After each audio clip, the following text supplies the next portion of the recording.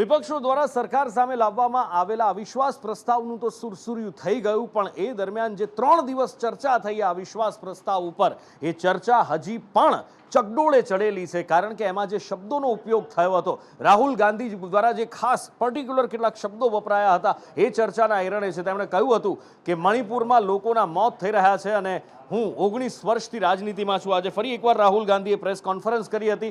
તેમણે કહ્યું હતું કે મણિપુરની સૌથી દર્દનાક ઘટનાઓ અત્યારે દેખાઈ રહી છે અને સાથે જ ફરી એકવાર તેમણે કહ્યું કે ભારત માતાની હત્યા મણિપુરમાં કરાઈ છે. શું કહ્યું રાહુલ ગાંધી અને સાથે જ કેવા એની ઉપર પ્રત્યાઘાત આવી રહ્યા છે, હવે એ જુઓ.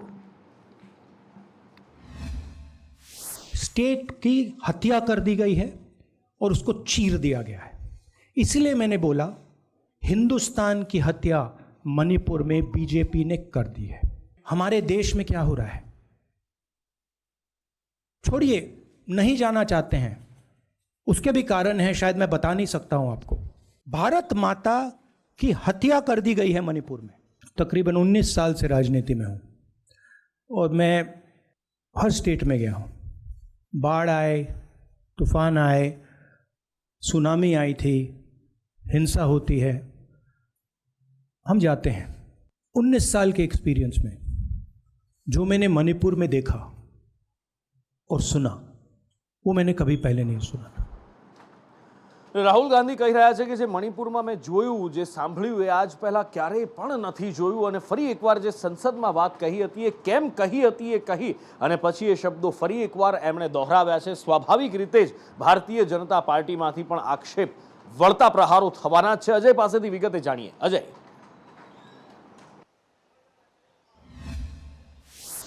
देखिए, निश्चित तौर पर मणिपुर जिस राहुल गांधी के द्वारा भारत माता की हत्या का बयान संसद में दिया गया था, जिसको लेकर के भारतीय जनता पार्टी काफ़ी नाराज हुई थी और ये कही थी कि ये पहली बार उन्होंने सुना था कि जिस देश में भारत माता के जयकारे लगते हैं वहाँ पर भारत माता की हत्या की कल्पना की जा रही है, वो भी कांग्रेस के द्वारा की जा रही है, राहुल गांधी के द्वारा की जा रही है. तो आज राहुल गांधी ने उसी का जवाब दिया और ये बताया कि क्यों उन्होंने भारत माता की हत्या की बात की. और इसके लिए उन्होंने अपने मणिपुर दौरे का जिक्र किया, जिसमें ये बताया कि जब वो मैतेई समुदाय से मिलने के लिए जा रहे थे, तब मैतेई समुदाय की तरफ से एक मैसेज आया जिसमें यह कहा गया कि अगर आपकी सिक्योरिटी में कोई कुकी समुदाय का सिक्योरिटी पर्सनल होगा तो हम उसे मार देंगे. और इसी तरह से जब कुकी समुदाय में जब मैं गया तो वहां पर भी इसी तरह के बात कही गई कि अगर आपके सिक्योरिटी पर्सनल कोई मैतेई समुदाय से होगा तो हम उसे मार देंगे. बेहतर ये होगा कि आप उससे संबंधित कम्युनिटी को न लाएं.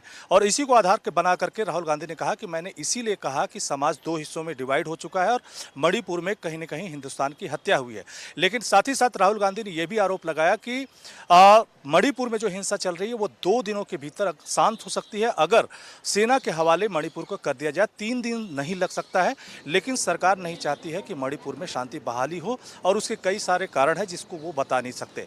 और साथ ही साथ राहुल गांधी ने एक बार फिर दोहराया कि वो अपने इस बयान पे कायम है कि जिस तरह से अपने 19 साल के कैरियर में तमाम सारी हिंसा उन्होंने देखी है, लेकिन जिस तरह का अलगाव मणिपुर में देखा है वैसा अलगाव अभी कभी उन्होंने अपनी लाइफ में नहीं देखा. इसीलिए वो कह रहे हैं कि भारत माता की हत्या मणिपुर में हुई है. जी, અને આગળ વાત કરવી છે જર્મનીનો એક કેસ કે જેમાં એક માતા પિતા ભાવેશ શાહ અને ધારા શાહ પોતાની દીકરી અરીહા માટે તડપી રહ્યા છે અને જર્મનીની સરકાર છે કે એમના સુધી દીકરીને નથી પહોંચવા દેતી. ત્યારે માતા પિતા માંગણી કરી રહ્યા છે કે ભારતીય સંસ્કૃતિ પ્રમાણે એમનો જે ધર્મ છે એ ધર્મ પ્રમાણે એમનું સિંચન એમની દીકરીનું થાય, પણ અત્યારે જર્મનીમાં નથી થઈ રહ્યું અને જાણે કે પરિવાર પર અત્યારે પહાડ તૂટી પડ્યો હોય એવું લાગી રહ્યું છે. અને ધારા શાહનું એટલે કે અરીહાની માતાની માંગ છે કે 15 ઓગસ્ટ આવી રહ્યો છે ત્યારે અરીહાને ભારતીય ધ્વજ ફરકાવવાની મંજૂરી આપવામાં આવે.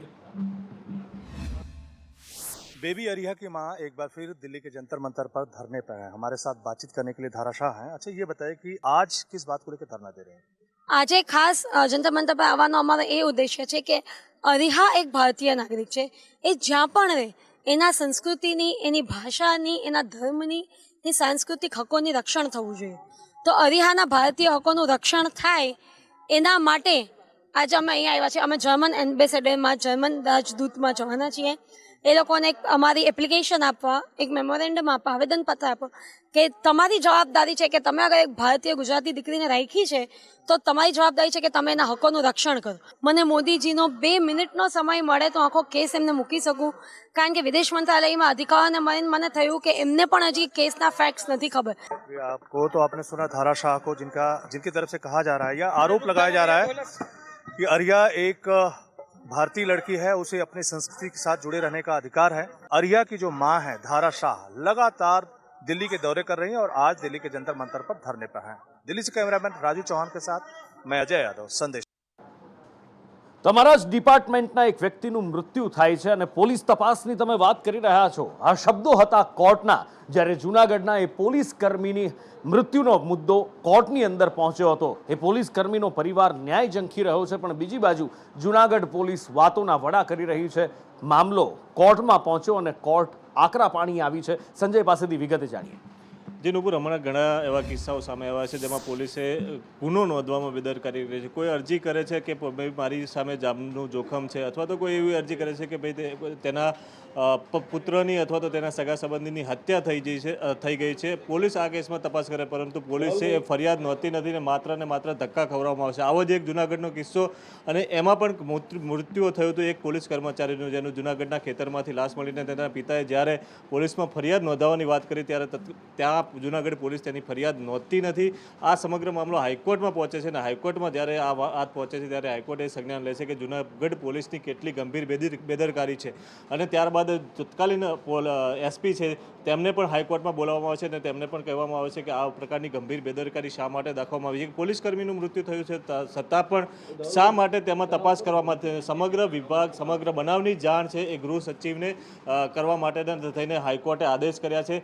તત્કાલીન એસપી વાલમ શેટ્ટીને પણ હાઈકોર્ટમાં હાજર થવા ફરમાન કરવામાં આવ્યું હતું અને આજે તેઓ હાઈકોર્ટમાં હાજર રહ્યા। તત્કાલીન પીઆઈ પણ હાજર રહ્યા હતા અને તેમની સામે જ કોર્ટે તેમનો ઉધડો લીધો હતો। બિલકુલ, અને આગળ વાત કરવી છે વિદેશ ફરવા જતા લોકોની। કેટલાક લોકો વિદેશ ફરવા ગયા અને પછી અચાનક ગુમ થઈ ગયા અને પરિવાર અહીંયા ચિંતામાં મુકાયો। ખબર પડી કે આ તો માનવ તસ્કરીનું રેકેટ અહીંયા આગળ હતું। ખૂબ ગંભીર ઘટના છે। શું છે ધવલ પાસેથી વિગતે જાણીએ। આ વખતે જે ગુજરાત હાઈકોર્ટમાં અરજદાર તરફથી રજૂઆત કરવામાં આવી છે કે 9 લોકો એન્ટિગ્યાથી ગુમ થયા છે અને આ માનવ તસ્કરી હોઈ શકે, પરંતુ આ જો સમગ્ર ઘટના જોઈએ તો જે 9 લોકો ગુમ થયા હતા તેઓ સાબરકાંઠા, મહેસાણા અને ખેડા જિલ્લાના વતનીઓ હતા। ત્યારબાદ તેઓ આપણે ખાસ જોઈએ તો તે લોકો ત્યાંથી ગેરકાયદેસર અમેરિકા જવાની ફિરાકમાં હતા, પરંતુ એન્ટિગ્યા ગયા હતા અને ત્યાં આગળથી તેઓ એન્ટિગ્યા કાયદેસરના વિઝા પર ગયા હતા અને ત્યાં આગળ તેઓ ફસાઈ ગયા હતા। એટલે ત્યાંના પરિવારજનો દ્વારા રજૂઆત કરવામાં આવી છે કે તેઓ અમેરિકા પહોંચ્યા નહોતા અને ત્યારબાદ એજન્ટનો પણ પોલીસે ધરપકડ કરી હતી। પરંતુ ત્યાં આગળ આપણે જોઈએ તો જે એન્ટિગ્યાથી તે લોકો ગુમ થયા હતા અને તેમનું કહેવું છે કે તેઓ લોકો એન્ટિગ્યાની જેલમાં બંધ છે। આને લઈને હાઈકોર્ટે આજે સૂચન કર્યું છે કે આ જે સમગ્ર કેસ છે તેની ઝડપી સુનાવણી કરવામાં આવે। અને આગળ વાત કરવી છે ગુજરાતના દરિયા કિનારેથી મળી આવતી બોટની। ક્યારેક ગુજરાતના દરિયા કિનારેથી ડ્રગ્સ મળી આવે છે, ક્યારેક ગુજરાતના દરિયા કિનારેથી પ્રતિબંધિત વસ્તુઓ મળી આવે છે, અને હવે વધુ એક બોટ ગુજરાતના દરિયા કિનારેથી મળી આવી છે અને એવી આશંકા સેવવામાં આવી રહી છે કે બની શકે કે આ બોટ ઓમાનથી આવી હોઈ શકે છે। કોસંબા નજીક દરિયામાંથી એક બોટ મળી આવી હતી અને આ બોટની તપાસ કરવામાં આવી રહી છે। શંકાસ્પદ બોટ છે। પોલીસ અને કોસ્ટગાર્ડ બંને તપાસની અંદર જોડાયા છે। વલસાડ સુધી આ બોટ પહોંચી કેવી રીતે, કોણ હતું આ બોટની અંદર, ને બોટ ખાલી હતી જ્યારે મળી ત્યારે, તો બોટની અંદર સવાર વ્યક્તિઓ જતા ક્યાં રહ્યા? કારણ કે ભૂતકાળની અંદર આ જ રીતની ખાલી બોટ મળી આવવી એ દેશની અંદર આતંકવાદી હુમલાનું કારણ પણ બન્યું છે। ત્યારે આ બોટની અંદર કોણ સવાર હતું, ક્યાંથી આવી અને જે સવાર હતા એ લોકો ક્યાં ગયા, ખૂબ ગહન તપાસનો વિષય છે।